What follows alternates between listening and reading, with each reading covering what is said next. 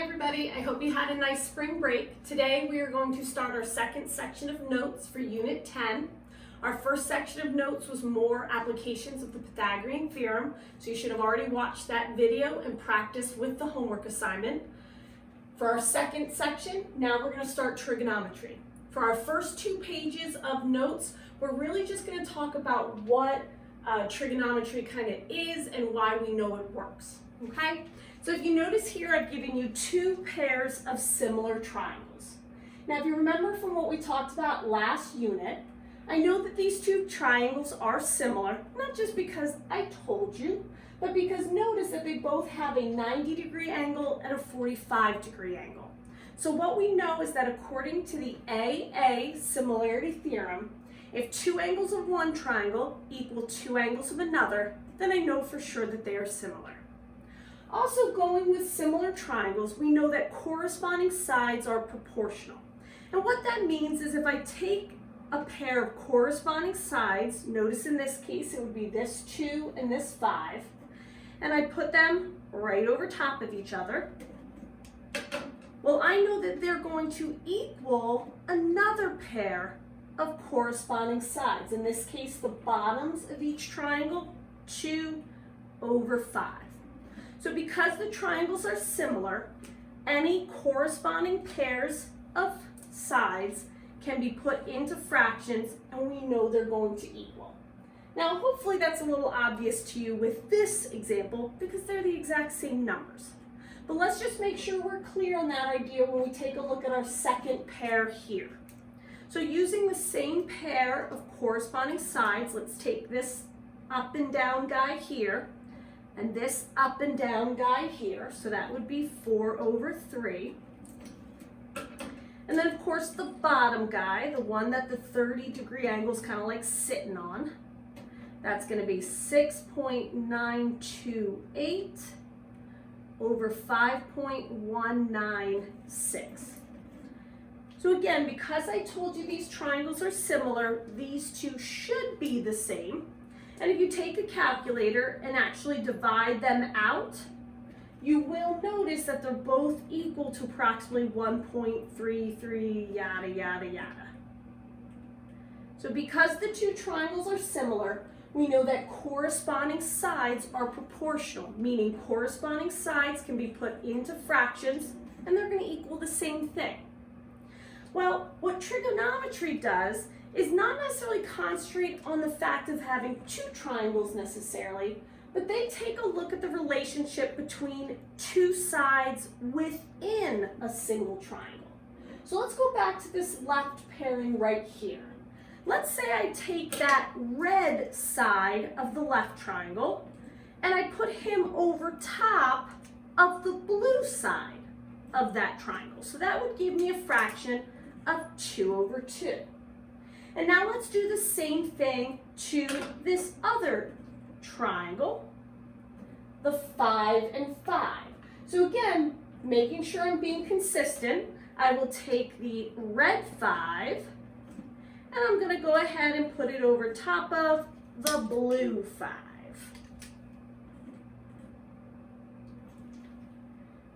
Now notice that both of these equal 1. So 2 over 2 is 1, 5 over 5 is 1, so yeah, these 2 fractions equal. So not only do I notice that in the similar triangles, the corresponding sides are proportional, I can also look at sides within one triangle and say that those sides are proportional to the same exact corresponding sides over top of each other in the other triangle. And again, let's take a look and see what that looks like in this second example here. So I'm going to go ahead and make 2 fractions. I'm going to take the one triangle and put the red 4 over top of that blue side, which was 6.928. And then with my other triangle, I'm going to take the 3, because it's both the one that goes up and down, so notice that both the ones that go up and down I put up top, and then the sides that go side to side go on the bottom. And now let's double check that these equal out. Okay, so again, I'm just going to go ahead and take a calculator, okay, and I'm going to do the division here. 4 divided by 6.928, yowzer, super ugly number, but it's approximately like 0.5774. And then when I do the same thing here, I'm going to type in the 3 and divide it by this bottom here, and get the same thing. So notice that not only do corresponding sides make equal fractions, but same if I take sides within the same triangle and put them over top. And this is the basics of right triangle trigonometry. By taking the side that's up and down, or if I kind of compare it to where the 30 degree is, I took the side that was opposite the 30. Notice for both fractions, that was the number I put on top. And the side that the 30 is like right next to, we say he's adjacent to. Notice that's the number on the bottom. As long as I did that same relationship for both, I got the same thing. And this right here, guys, is the idea of trigonometry, and in particular, this is something that we call the tangent ratio. Taking a look at two sides of a triangle, one that is across or opposite of a certain angle, over top of a side that's next to or adjacent, giving you a decimal. Now let's go ahead and take a look at our calculator, okay? Now, what we're gonna do is make sure that everybody's okay with their calculator first, okay?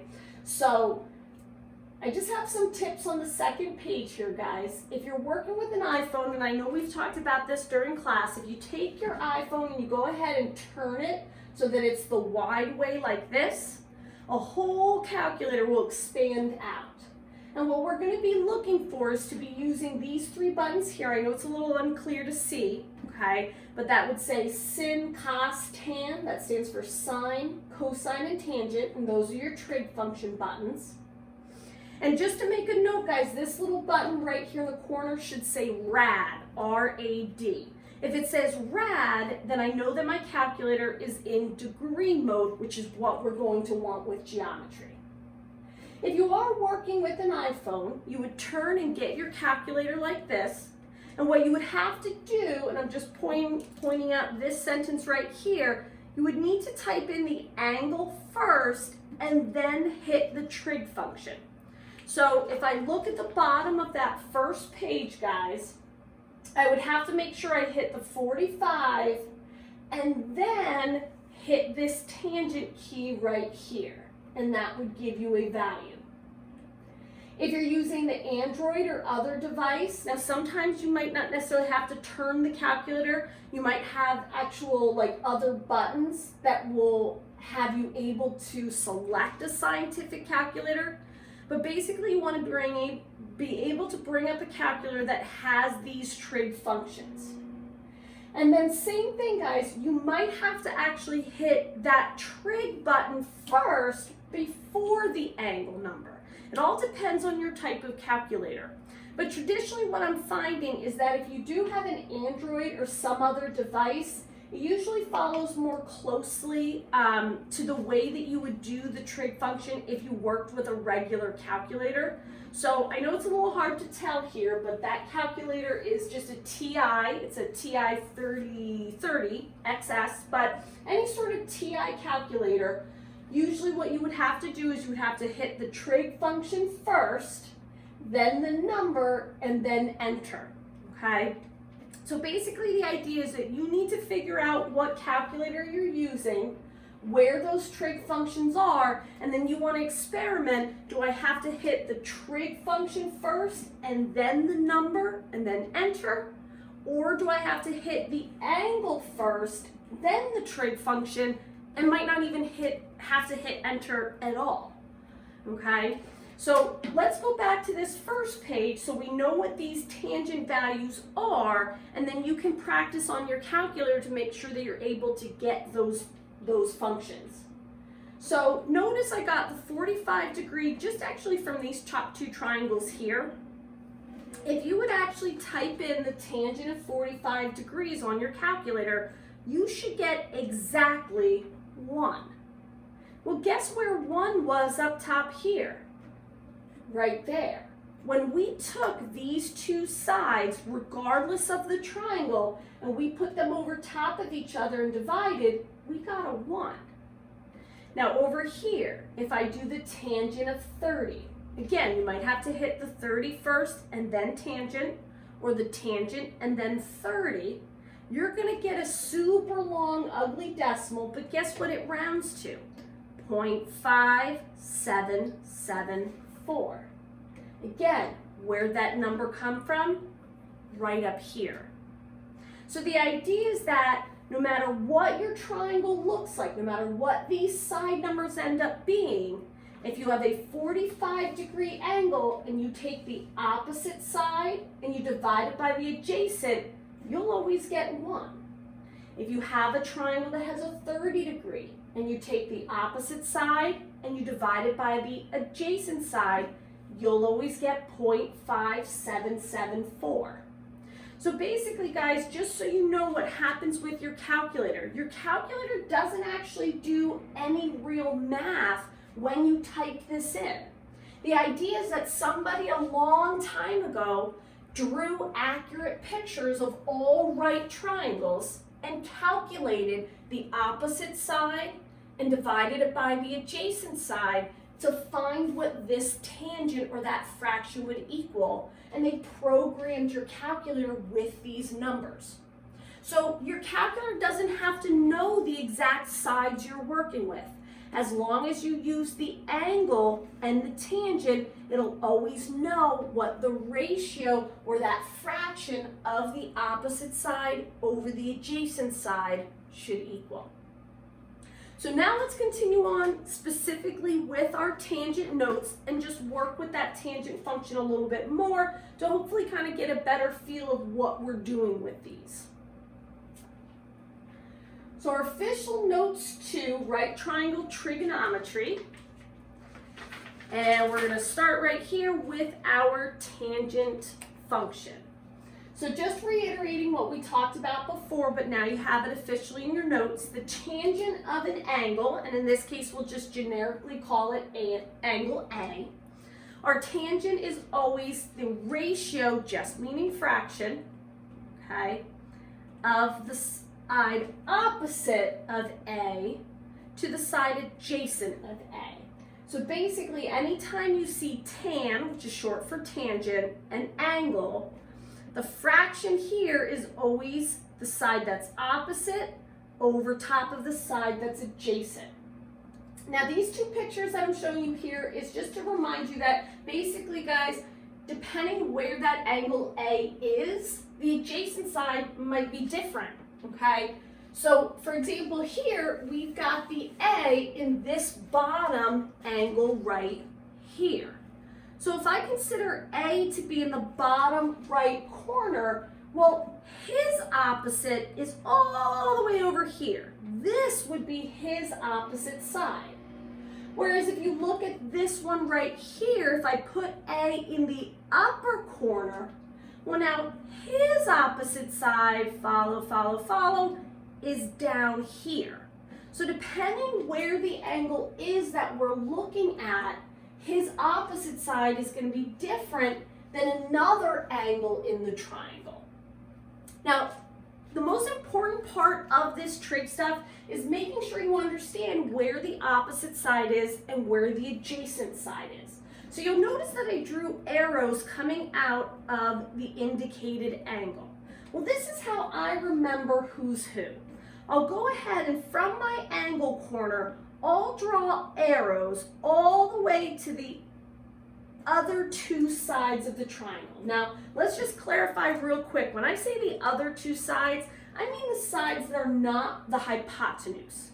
So this is our 90-degree angle, and if you remember, guys, the hypotenuse is always the side that's across from the 90. So whenever you're working with trig and you're talking about the opposite side and the adjacent side, none of those can ever be the hypotenuse, okay? The hypotenuse is his own side, he'll never change. So in each of these pictures, notice that the hypotenuse is right over here. So if I consider where the hypotenuse is, and take him kind of out of consideration, the other two sides of the triangle tell me who could be the opposite and who could be the adjacent. When I draw arrows from the angle to those two sides, whoever is at the end of the longest arrow, he is always my opposite side. So notice that to get from A to this side, it's a lot longer than to go from A to this side. So this is my opposite and this is my adjacent. Over top of here, drawing these arrows, this guy goes to this side, and then draw an arrow to the other side. Because this arrow is longer, this is my opposite side. This tells me that A had to go clear through the middle of the triangle just to get to that opposite side. Whereas this little adjacent side, he's right next to him. In fact, that's what adjacent means. It means next to. He could literally stand there and touch that side. Whereas the opposite side, he'd actually have to walk all the way across the triangle to get to. So most important is being able to identify your opposite side and your adjacent side. And again, those sides will be whatever the two sides are that are not the hypotenuse. So let's practice this idea down here with 1 and 2. We're going to find the tangent of the indicated angle. We're going to express our answer as a fraction. That'll be your opposite over adjacent. And then as a decimal rounded to 4 decimal places. So notice for number 1, we're looking for the tangent of t. So whatever this angle is here, that's the angle I want to look at to determine my opposite side and my adjacent side. Now before we actually start drawing those arrows and kind of checking out to see who's farther away, let's first determine the hypotenuse, because let's make sure that we know he's not going to be either of those opposite or adjacents. So when I look at my right triangle will point to my hypotenuse. So it looks like 13 is my hypotenuse. So when I go ahead and work out my tangent, I know 13 has nothing to do with it, okay? Now let's go ahead and draw my arrows. So from angle T, okay, so angle T is right here. I draw an arrow to the one side, which is 12, and to this side, which is 5.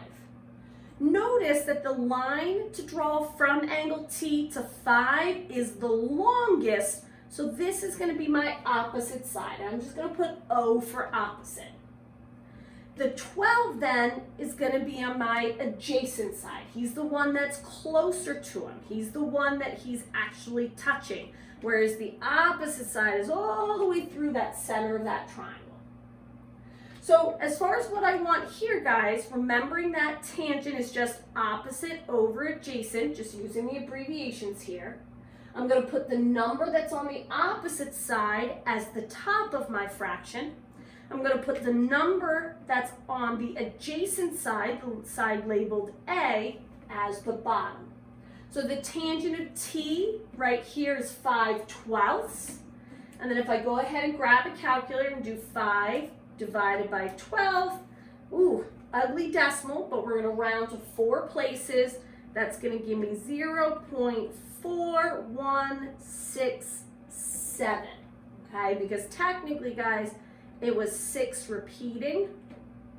But if we just want 4 decimal places, just to review, guys, 4 decimal places, 1, 2, 3, 4. But I always have to look behind that 4th guy. 5 or above, give him a shove. So that 6 bumps this guy up to 7. So rounded is 0.4167. For number 2, I'm going to do the same thing. This time we're going from angle G. Okay, so whatever this angle is, that's the angle I want to look for in my little picture here. But before we start figuring out opposite adjacent, remember what we said, go ahead and find the hypotenuse first. So my right angle is right here. Go across from there, that'll be my hypotenuse, the 25.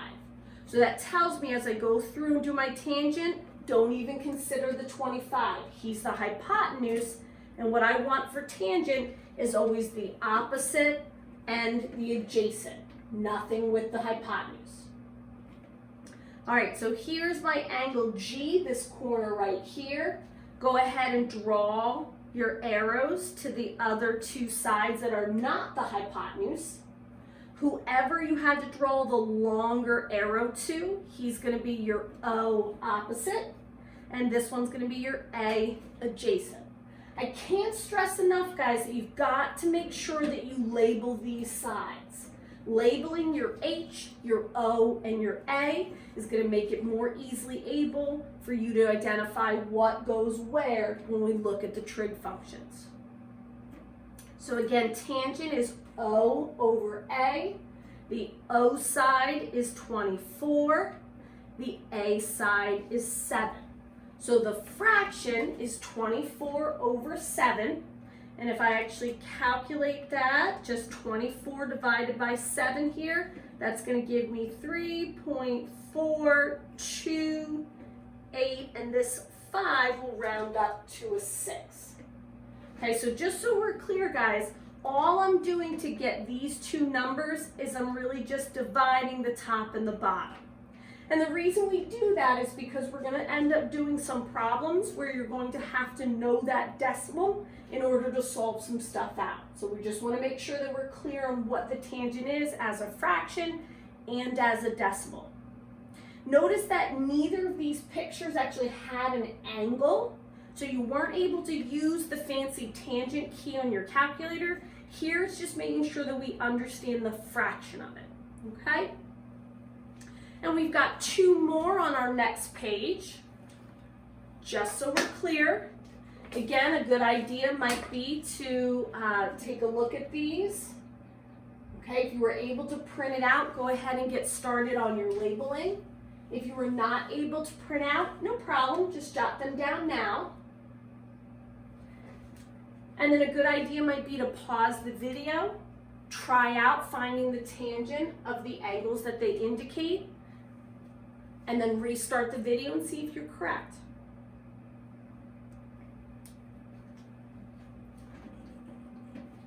All right, fast forwarding, moving on to 3.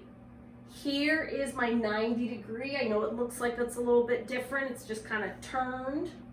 But go ahead and make sure that you label that hypotenuse. So it looks like in our triangle here, H is our hypotenuse. So we know that we're not going to use the 5 in our trig for our tangent. All right, we're looking for the tangent of L. So L is right here. So I'm going to go ahead and draw my arrows to the other two sides. The side that's farthest away is your O opposite side. The side that's closest is your A adjacent side.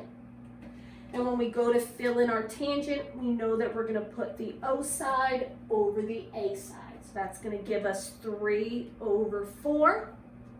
And if I go ahead and divide those two, the decimal ends up giving me 0.75. So no ugly rounding for that one. Over here for number 4, again, first step is to make sure that we know where the hypotenuse is, so we can eliminate that guy. So when you look across from the 90, that 29 is your hypotenuse. So that means we're not going to use the 29 in the tangent. And it looks like this time they're asking us for angle P. So go ahead and take a look at the picture. Here's your angle P. Draw arrows to the two sides that are not the hypotenuse. So that would be all the way to here and all the way to here. The side that's farthest away has the longer arrow. That's your O for opposite. The closest guy, A for adjacent. So when we go ahead and put O over A, that will give us 21 over 20. 21 divided by 20 is giving us 1.05. So the point of the first section there, guys, was just to make sure that we were clear on identifying our opposite, our adjacent, and our hypotenuse, and understanding that the tangent always has to be the opposite side over the adjacent side. From here, these bottom ones, now we're actually going to solve for one of the sides. So now we're really going to need to make sure that we have a calculator that has that tangent key on it, okay? Because we are going to have to now actually find the tangent of the angle, set it equal to a fraction, and solve from there. So if you take a look at numbers 5 and 6, it says to write and solve a trig equation that uses tangent to find the missing length. Round trig values to 4 decimal places before solving, okay? So let's go through and set that up so you understand what those directions mean. Notice that we cannot use Pythagorean theorem for this one. Pythagorean theorem is what we had used when there was no angle, but there was another number on the side. So Pythagorean theorem is used when you're given 2 sides of a right triangle and you're finding the third. In this case, you're only given 1 side of the right triangle, but then you're also given an angle. So this is what tells us we have to use this trig, is when you're only given 1 side and an angle. If we take a look and label the triangle the same way we did with 1 through 4, that would give us an idea of kind of what to set up here. So just like there, take a look at where your right angle is. Look across from the right angle, that'll be your hypotenuse. So this side right here that's completely blank, that's your hypotenuse, okay? And because tangent doesn't use the hypotenuse, well, awesome. That's why there's nothing there. That would just try to trick you anyway, okay? So that tells us we've got the x and the 14, which are going to be our opposite and adjacent. So here's our 74 degrees. Draw an arrow from the 74 to each of the other 2 sides of the triangle. The x is going to be the opposite because he's the longest of the arrow. He's the farthest away. 14 will be the adjacent because that's the guy that's right close to him. He's like sitting on him. Now, as far as this point is concerned, guys, we want to set up an equation that uses tangent. So what that means is we're going to start first and foremost with the abbreviation for tangent, which is tan. Then we're going to go ahead and put that 74 degrees that we see in the picture right next to it. So you're going to start with a tan 74. What this means is the tangent of 74 degrees. And we know that the tangent is always equal to the opposite over the adjacent. So we're going to set this equal to a fraction of x over 14. Again, we put the x on top because we know that tangent is always opposite over adjacent. And now we're going to solve this. Now, first things that I like to do, guys, is fractions in the equation is always scary. Well, let's go ahead and just kind of throw this over top of 1 so it doesn't look as bad and it reminds us of something we did earlier. Remember that last unit we did a bunch of proportions because we had to use that for similar triangles. So that's what we're going to do, guys. We're going to set up the tangent of whatever the angle is in the picture, set up the fraction of O over A, and then we're going to go ahead and put a 1 underneath the tangent side so that way it just looks like a proportion. And we know to solve proportions by just cross multiplying. But first, before we do that, let's actually find this tangent value first. So that's why up here it says to round trig values to 4 decimal places before solving for x. I find that just after all the time I've done teaching this is just an easier way to go about it to make sure that we're not worried about maneuvering a tan. We're just going to go ahead and substitute in for that the actual decimal you would get if you did the tangent of 74. So again, depending on what calculator you're using, you might have to type in the 74 first and then hit the tan key. If you're using a regular calculator, most of those will ask you to do the tangent button first and then the 74. But either way, what we should get as the decimal is 3.4874. All right, so we're going to replace that tangent with that decimal. So although it's ugly, when I kind of pull down everything else, it really is, though, just a tiny little proportion to solve.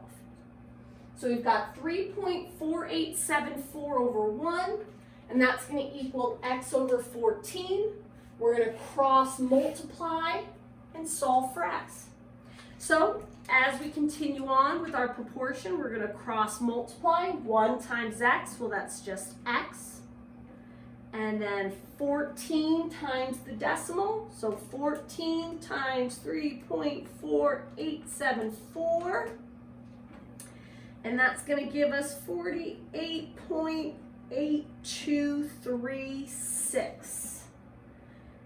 So that is our official answer, guys.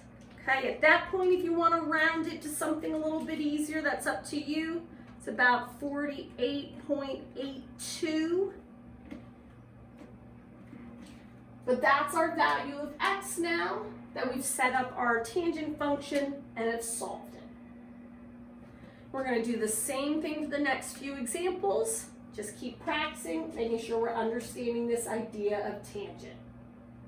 So over here, again, look at the triangle, okay? Determine your hypotenuse first. So cross from your 90-degree angles your hypotenuse, which is that side there. So remember, that side cannot possibly be our adjacent or our opposite because it's the hypotenuse. Here is the angle other than 90 that they give us in the picture. Draw your arrows to the other two sides. The arrow that's the longest, indicating that the 36 is the farthest one away, means that that 36 is going to represent your opposite side. The short guy is your adjacent side. Setting up our fraction, just like we did before, we've got the tangent of 40 degrees. So we're always going to start with tan and then the angle that they give you in the picture that is not the 90. And then that's going to go ahead and be equal to your opposite, which is 36, over your adjacent, which is x. Okay, in this case, the x is on the bottom, again, only because we know that the tangent, think about it, is opposite over adjacent. So if your adjacent side is the one that has the x, then your x is going to be on the bottom. We also said at this point to throw the tangent of 40 over 1 so that we can make it look just like a regular proportion. And just to make it even easier, guys, we're going to go ahead and substitute the tangent of 40 in for the decimal. So in your calculator, go ahead and do tangent 40. And we should get 0.8391 if we round correctly. Now, if you're not getting these tangent values, guys, make sure that you ask me. Send me a message on Remind, shoot me an email. Sometimes different calculators have different modes, okay? Which usually all calculators are by default in what we call the degree mode, which means we're putting these angles in degrees. However, if for some reason you borrowed one of these graphing calculators, maybe from a friend, and you're not sure, it could be that you're on something called radian mode. And in that case, you'd have to go ahead and hit mode and change it to degree. But all of these, guys, is really just a case-by-case basis, so please let me know if you have any questions. That way I can help you out and get you on the path, okay, to get these equations solved. All right, so over here we're going to cross multiply. This time we've got a 0.8391 times x, so we're actually going to end up in this case having the decimal in front of our x, and 1 times 36 is just 36. So unlike this one over here where we kind of cross multiplied and we were done because the x was just multiplied to a 1, now we're going to have to actually go ahead and divide to get that x alone. So we're going to divide both sides by 0.8391, 0.8391, so that's 36, divided by 0.8391. Yowzers, ugly decimal. I'm going to round this definitely right away. This will give us approximately 42.9.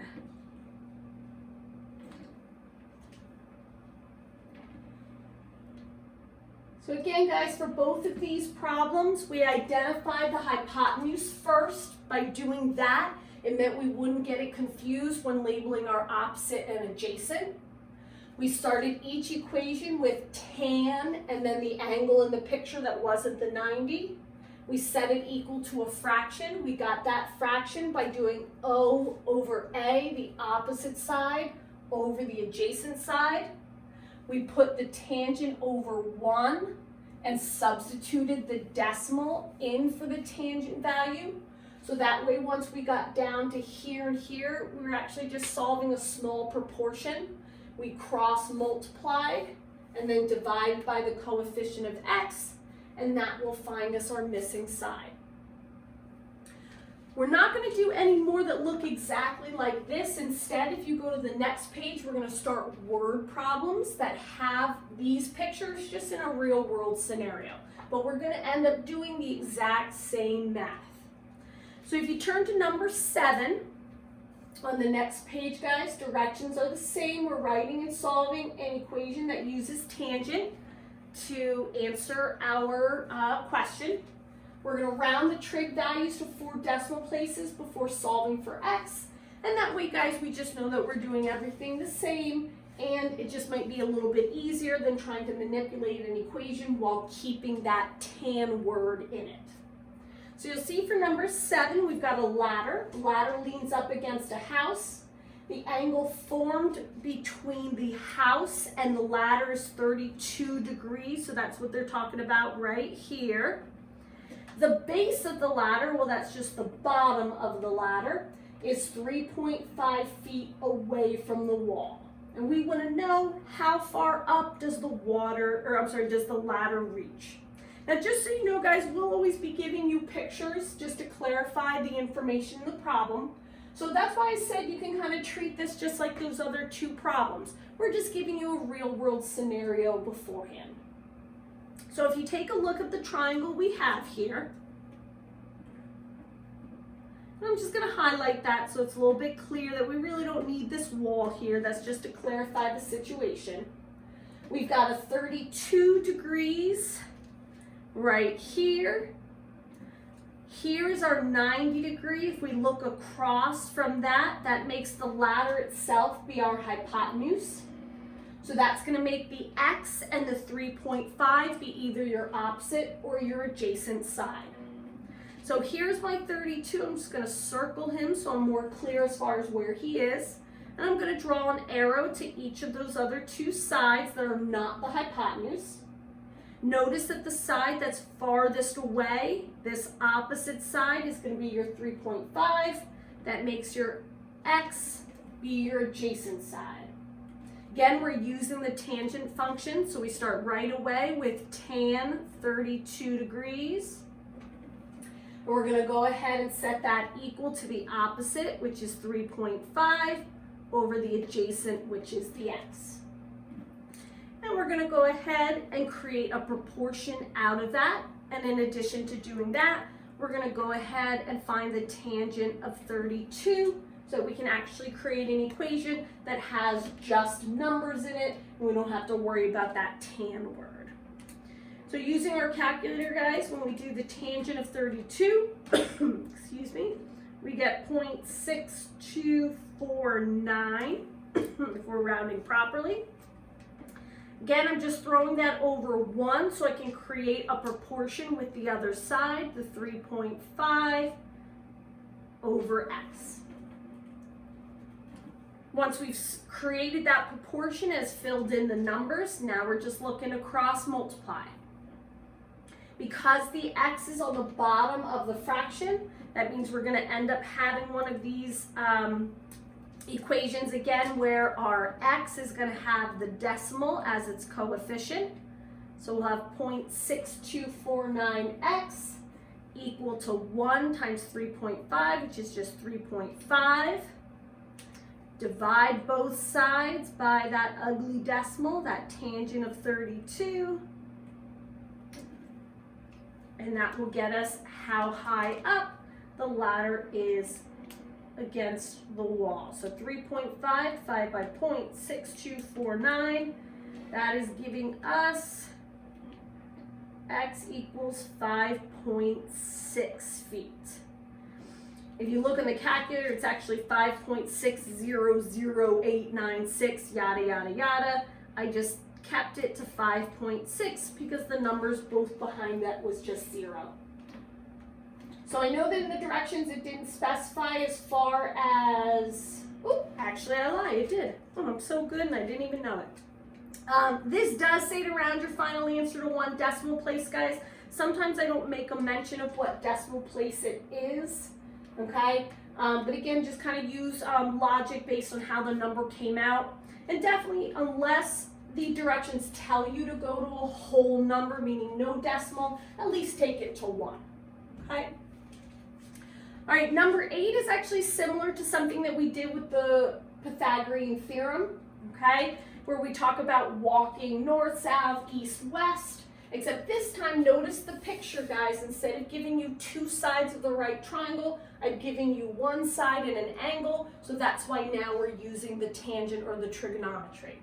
This says Ralph the Boston Terrier, real guy, walked due north 12 feet. So basically he started right here at the bottom. He walked 12 feet straight up.